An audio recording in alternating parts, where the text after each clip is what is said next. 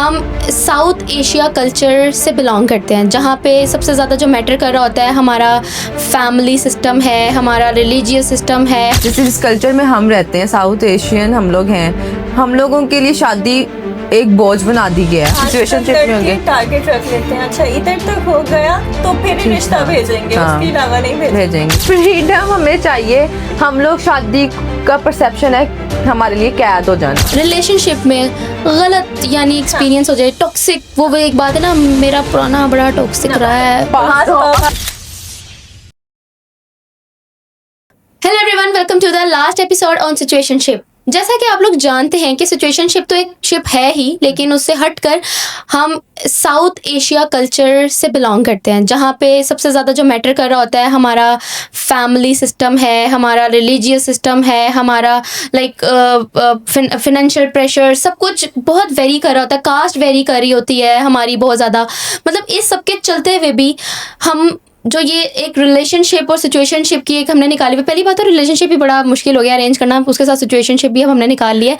आज हम उसी बारे में एक दोबारा जो है वो बात करते हैं कि जो सिचुएशनशिप है, अगर हम सिचुएशनशिप जिस तरह से है, मतलब एक लड़का लड़की चला रहे हैं कि भाई ठीक है यार, अब तो लड़की लड़की और लड़के लड़के अब तो बहुत सारा कुछ हो रहा है दुनिया में। मतलब पता नहीं कहाँ से कहाँ दुनिया पहुंच गई है, लोग चांद पे पहुंच गए हैं, हम सिचुएशनशिप में बैठ गए, हम नई शिप से जा रहे हैं, की हुई है हम लोगों ने। तो एग्जैक्टली आपको क्या लगता है कि जो रिलेशनशिप सिचुएशनशिप है, इसका मैरिजेस पे क्या इफेक्ट पड़ रहा है? कर ही नहीं रहे शादी। शादियां ना करने के लिए तो वजह चल रहा है, उनको क्या जरूरत है शादी करने की? क्यों नहीं कर रहे, क्या वजह है?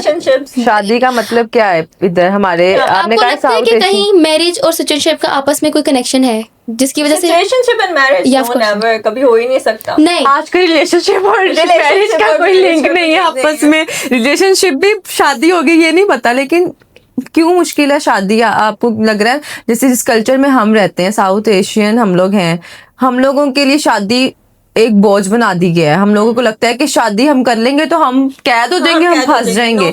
लड़कों को लगता है कि उनपे फाइनेंशियल प्रेशर या रिस्पॉन्सिबिलिटी बहुत ज्यादा आ जाएगी कि उनको जो है इतने सैलरी होगी तो उनकी शादी हो सकती है, इतना वो कमा रहे होंगे, इस रैंक की जॉब होगी तो वो शादी करेंगे। जबकि जब वो सिचुएशनशिप में होंगे टारगेट रख लेते हैं, अच्छा इधर तक हो गया तो फिर ही रिश्ता भेजेंगे, उसके अलावा नहीं भेजेंगे। क्यों?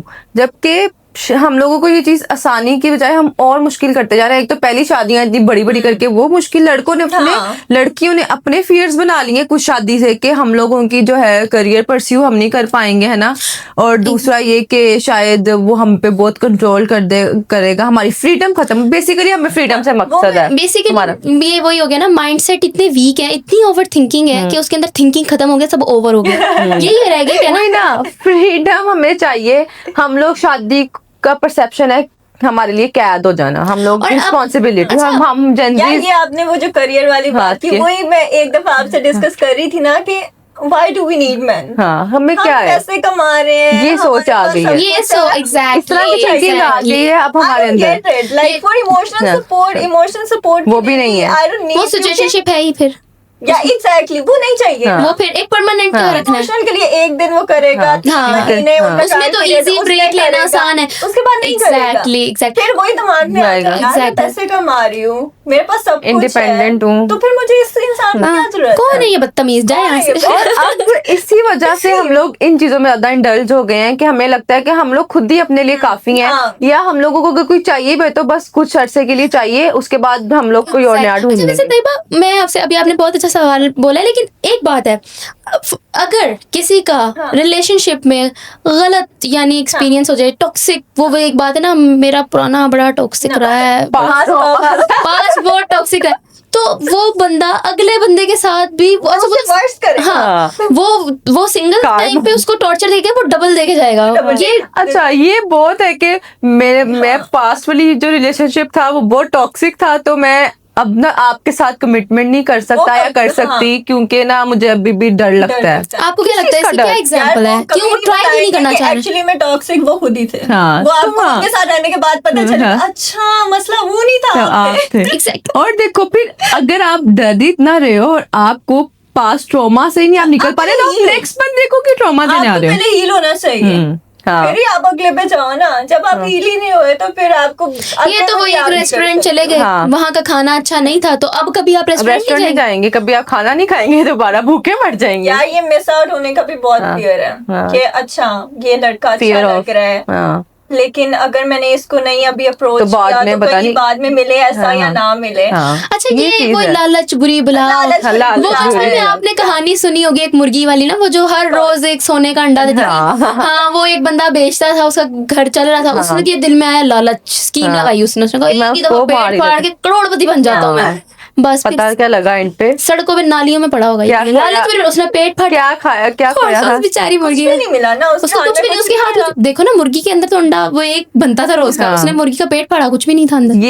ये ही एग्जैक्ट मुझे नहीं पता था बचपन में, इसलिए पढ़ाई गई थी हमें कि हम लोग कल को Relate इसको कर रिलेट पाए। कर रहे हैं। बचपन में तो बहुत फजूल सी स्टोरी लगती होगी, लेकिन अब है। एग्जैक्टली यही हो रहा है हमारे साथ। या तो हम लोगों को लगता है हमारे पास ऑप्शंस बहुत ज्यादा है, एक के साथ लालच। कमिटमेंट हो गई तो हमें आगे कोई अच्छा मिल जाएगा। हाँ। कभी कभी हमें ये लग रहा होता है हम ना कि टॉक्सिक भी है ना, इसके साथ कमिटमेंट कर लेते हैं, आगे कुछ मिले ना मिले, ये यार, हम सिचुएशन है। compromise ही नहीं करते। हाँ। आपको नहीं लगता ये सब सारा ये स्टेटस मेंटेनेंस और स्टैंडर्ड सेट करने के चक्करों में आप ज्यादातर लोग पड़ मेरी गए? तो किताबों ने स्टैंडर्ड सेट किए हुए हैं। मेरा तो मसला हम ये दो है। ये भी एक बहुत बड़ी वजह है। और मेरा तो मसला ये है। ज्यादा मसला ये भी है, एक तो बुक्स पढ़ने से आप अलग ही फैंट, आप वो दुनिया में उस तरह के लड़के लड़के एग्जिस्ट नहीं करते, है ही वो नहीं। पता नहीं कौन से थे। ये डील नहीं कर सकते। देखिए वो तो डायरेक्टर है, हाँ। एक डायरेक्टर है मैं जानती हूँ मुशारिब नाम का ना, उसने तो फिल्म लिख दी है, उसने अच्छा भी एंड पे लिख देना है। लेकिन अगर आप खुद जिंदगी का डायरेक्टर तो रब है ना, हाँ। आप अल्लाह ताला ने तो आपको बना दिया, अल्लाह ताला ने कहा मैंने तुम्हें मेहनत मुशक्कत में रहने के लिए बनाया, यानी आपने हर चीज के लिए मेहनत करनी है। एक इशू ये भी है ना, हम लोग को ज्यादा मसला पता है क्यों होने लग गया है, जब वही सोशल मीडिया वाली बात ही कर लेते हैं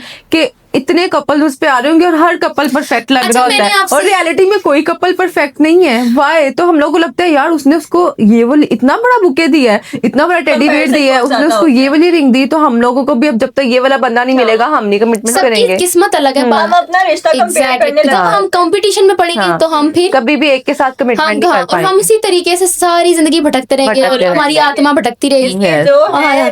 कबूल अच्छा, करो। मैंने आपके लिए कुछ स्लोगन्स रेडी किए हैं, हाँ। आप दोनों मुझे बताएं उसके बारे में क्या क्या कहना चाहती हैं। मैं तुम्हें हर्ट नहीं करना चाहता इसलिए कमिटमेंट नहीं कर सकता। ऐसा कुछ नहीं होता, एंड पे वही नहीं नहीं, कुछ लड़कियां पता क्या करती हैं इस पे यार, अपनी वो दोस्तों को मेरे- जाके बताती हैं यार वो बहुत केयरिंग है, वो मुझे हर्ट नहीं करा, देखो कितना ऑनेस्ट है मेरे मेरे वाला साथ, अलग है। मेरे वाला सबसे अलग है। मेरे दोस्त के एग्जांपल दी थी ना कि वही सीन वही है, बहुत अलग है। अच्छा अब एक दो पड़ी हुई है, मैं उसको भी नहीं हट करना चाहता, तो लेट्स गो विद मेरे वाला तो बहुत अलग है।